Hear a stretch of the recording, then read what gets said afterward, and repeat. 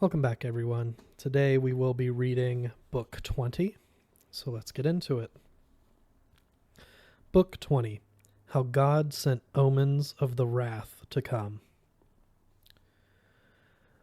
Odysseus made his bed in the forehall, an undressed ox hide with a pile of sheepskins on it.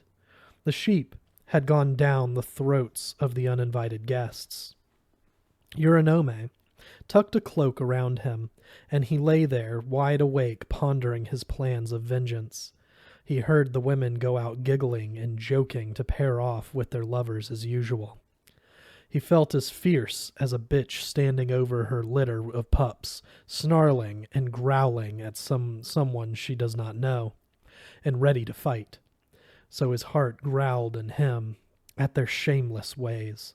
For a while he did not know whether to kill them all, or to let them go for the last dalliance of their lives. But at last he rated his heart with grim humor. Patience, my heart. You have been in a worse mess than this, when Goggle Eye gobbled up my companions, the savage beast. You were patient then, until my machinations got you out of that den where you expected to die. His heart came to heel like a hound, patient now until the end. But his body kept tossing from side to side. He might have been a good fat black pudding going round in front of a blazing fire, while the cook blasted it on the spit to roast it quickly.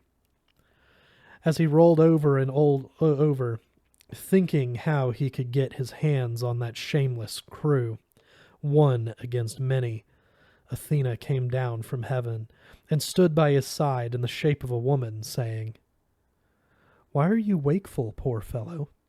This is your house. Your wife is here in the house, and your boy, such as anyone might be proud to have your son." Odysseus answered the vision. "Yes, that is true, my goddess. That is quite right. But what puzzles me is this. How can I get my hands on this shameless crew alone by myself? They always come here in a crowd, and there is another thing worse than that. If I could kill them by the help of Zeus and yourself, how could I escape the blood feud? I pray you tell me that." Athena said, "Incorrigible! Many a man trusts a weaker friend, a mere mortal who has fewer ways to help. But I am a god, and I always protect you in all your dangers. I tell you plainly, if 50 battalions of mortal men stood round us determined to kill, even so you should drive off their flocks and herds. Come, come, sleep away. All this watching and waking tires a man out, and you shall soon be free of your troubles."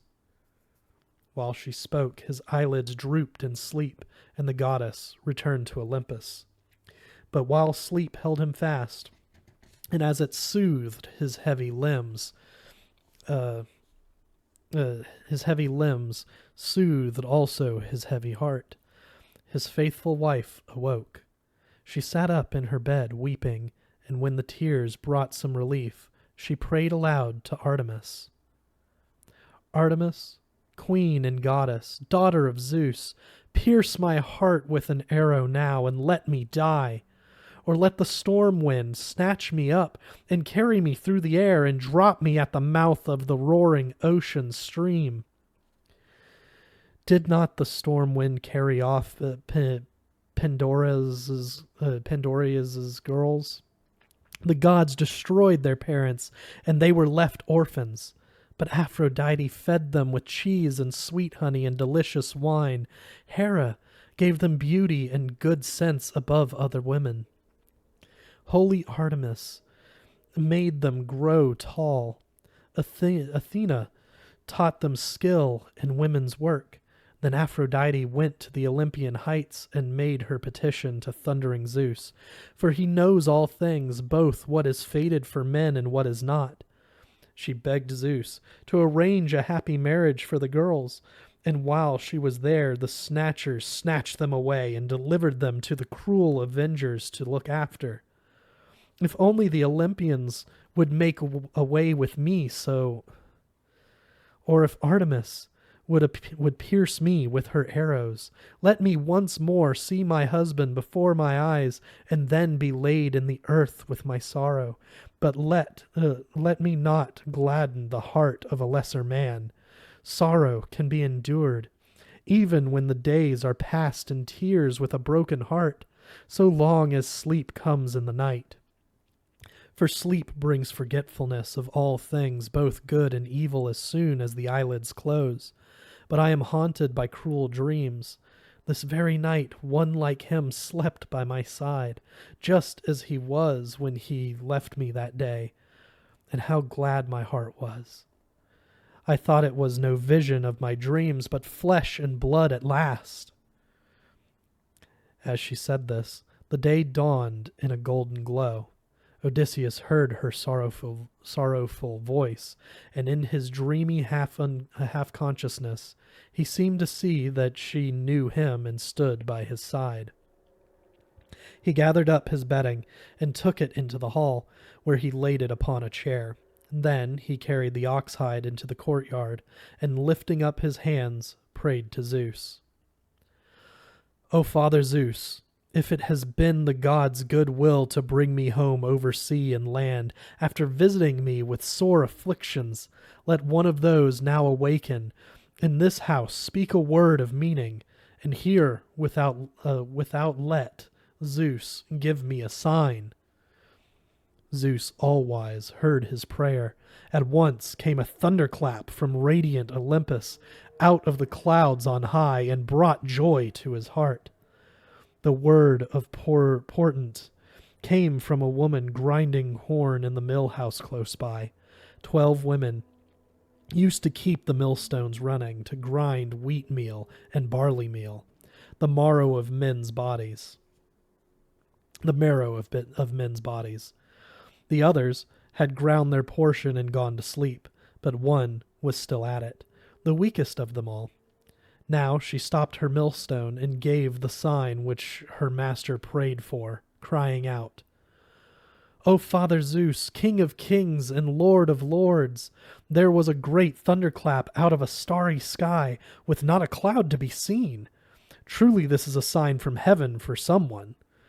Then hear the prayer of a miserable woman like me. May this day's breakfast be the last breakfast these men shall ever eat. See how they have worn me out with heart-breaking toil to grind their barley. Now may this be their last meal. Odysseus was glad to hear the words of omen and the clap of thunder. Now he felt sure he should punish the guilty men. The other women were busy now, and making up the fire on the hearth.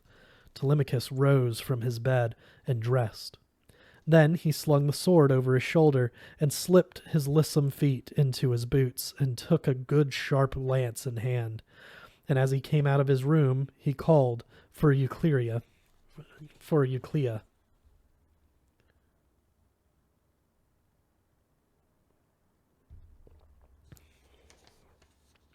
Nanny dear, how did you look after the stranger? Had he bed and food, or was he left to shift for himself? That's mother's way, though she is sensible enough. She makes no end of a fuss of one man and sends another away with contempt, but the better man gets worse treatment. The wise old woman answered, Now don't go to blame when there's no blame due.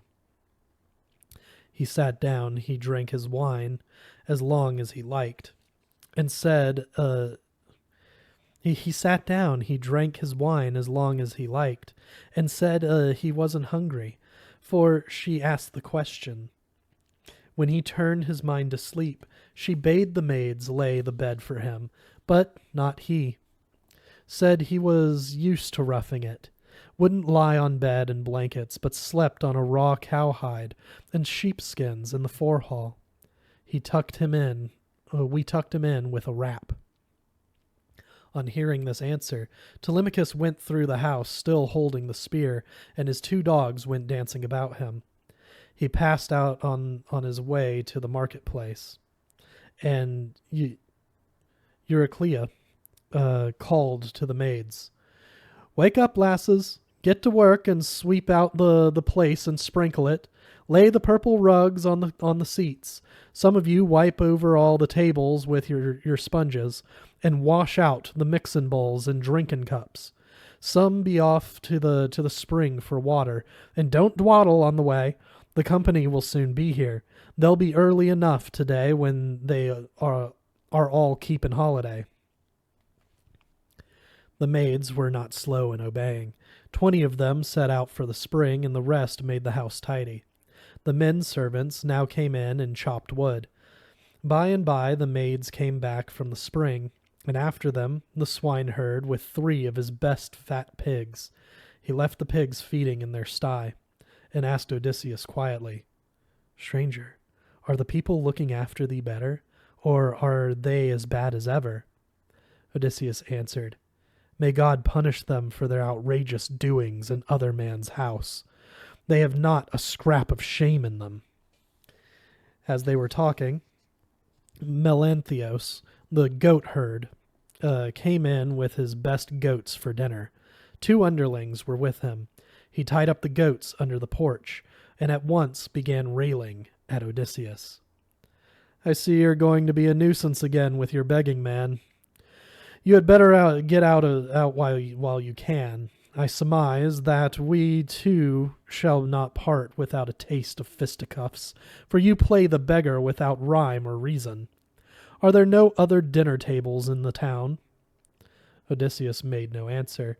He threw back his head in silence and brooded on the wrath to come. A 3rd man now joined them, Philoetos, an excellent fellow, bringing a Pharaoh cow and some fat goats.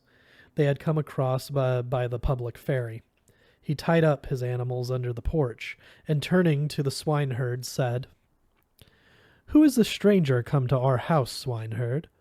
What is his nation and family? Where does he come from?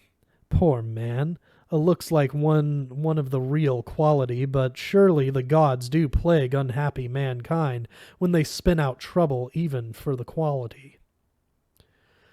As he said this, he offered his hand to Odysseus in greeting and went on, "Welcome to thee, father, and good luck to ye in days to come.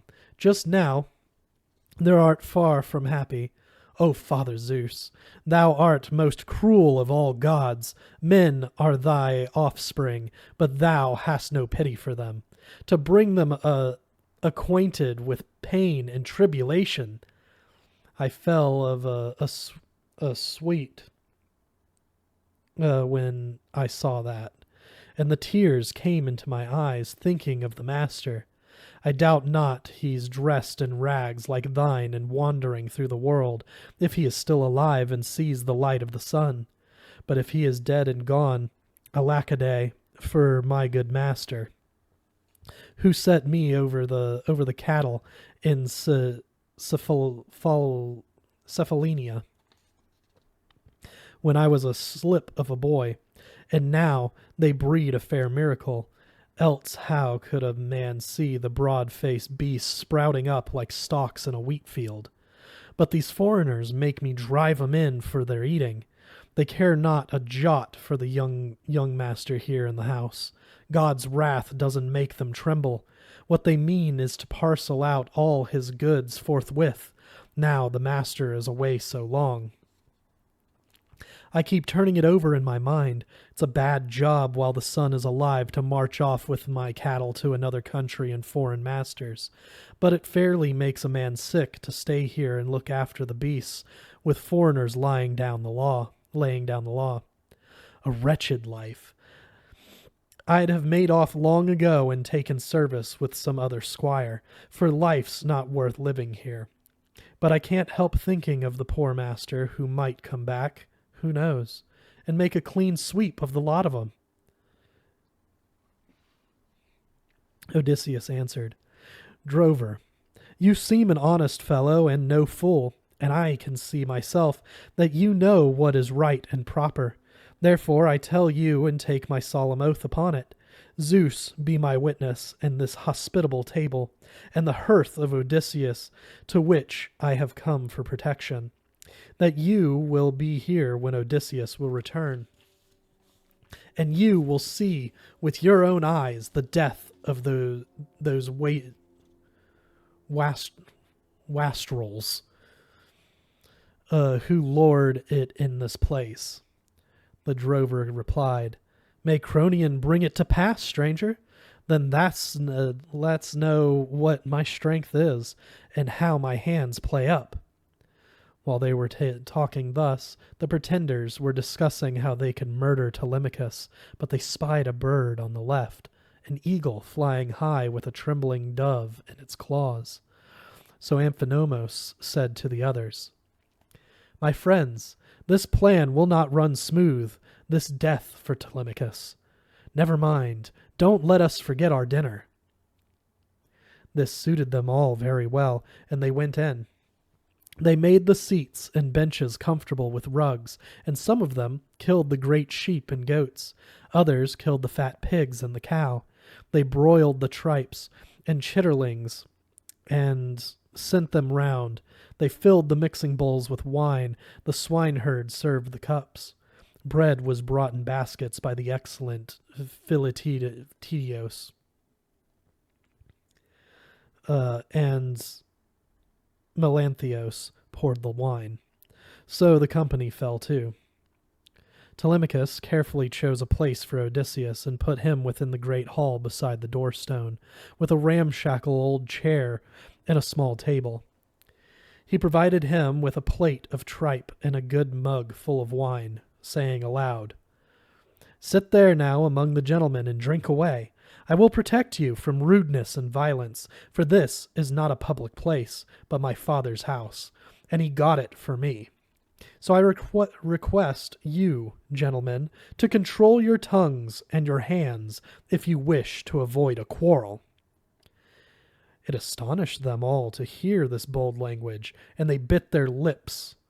But Antinous spoke to his friends. That's a rough way of putting it, men, he said, with a plain threat, but we had better put up with it. Zeus would not allow us, or we should have silenced him by this time, and heard the last of his oratory. Telemachus took no notice. All this while the public heralds had been leading the sacrificial victims in procession through the streets, and the people were gathering in the shady grove of Archer Apollo. In the house of Odysseus they had broiled the flesh meat and served it up. There was a famous feast for them all, and Odysseus himself had the same share as the others, by order of his son Telemachus. But Athena intended to provoke Odysseus yet more, and she would not let the intruders abate their outrageous doings. One of them was a lawless ruffian named Tisippos, who came from Same. No doubt he trusted to his huge fortune in paying court to the lady of Ithaca, while her lord was so long away. This man saw his chance and called out, A word in your ears, my bully lads, just a moment. This stranger has had his due share already, like the rest of us, but I will add a parting gift, so that he may be able to tip the bathman or the servants in this lordly hall.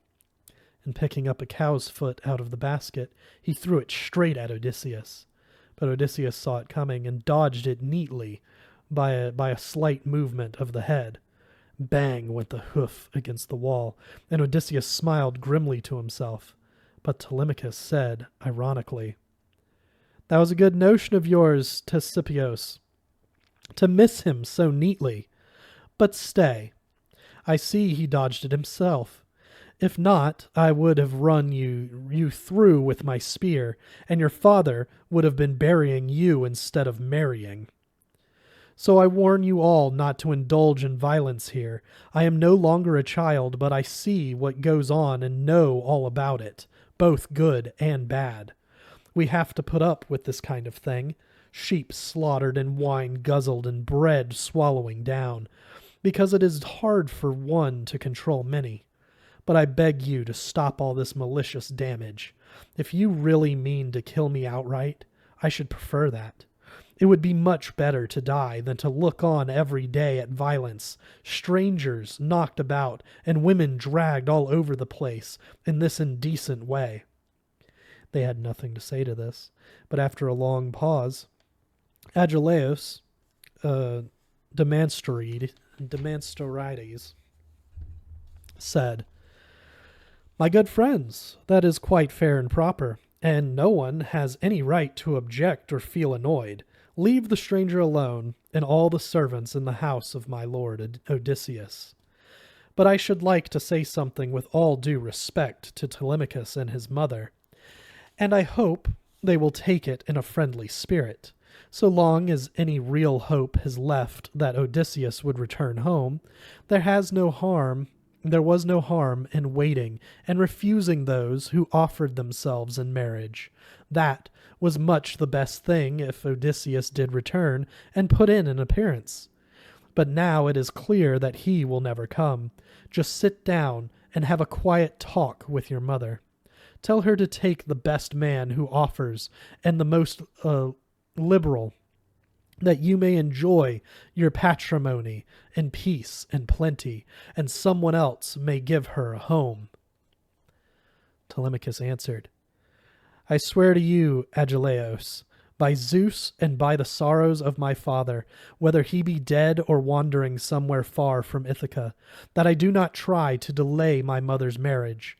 Indeed, I beg her to take whom she will, and I offer any amount by way of dowry.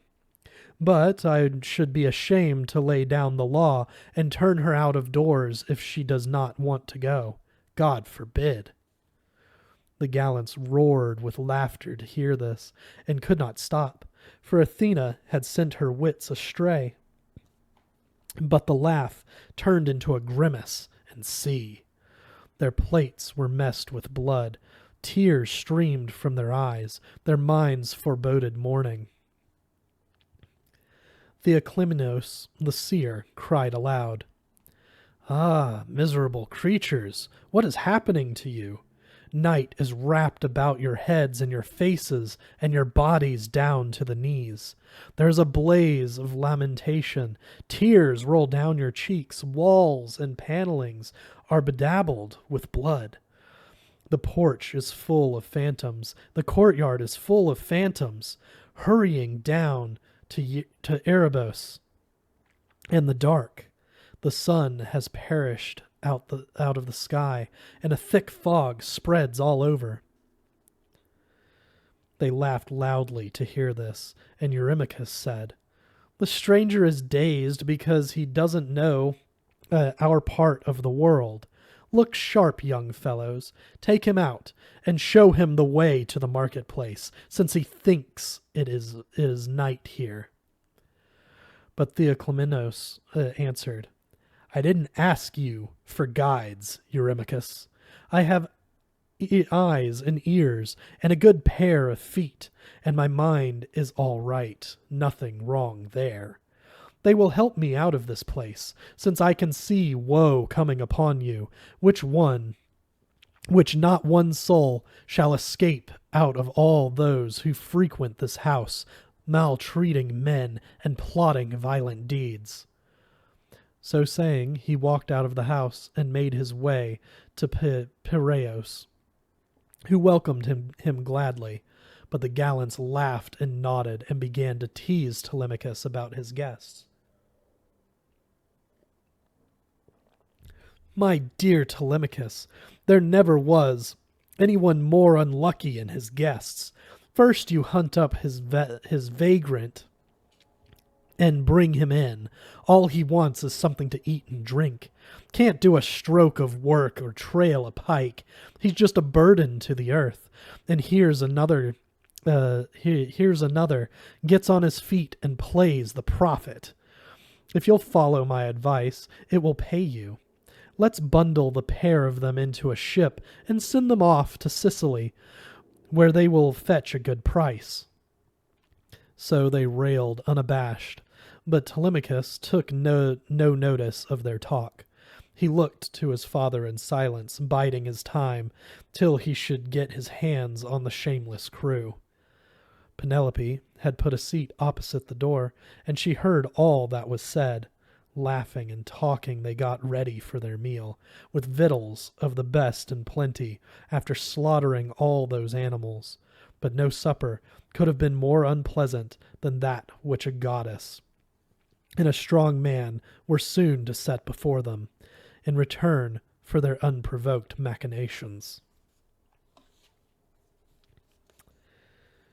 That's it for today. We'll see you guys next week with Book 21. Only 4 chapters left.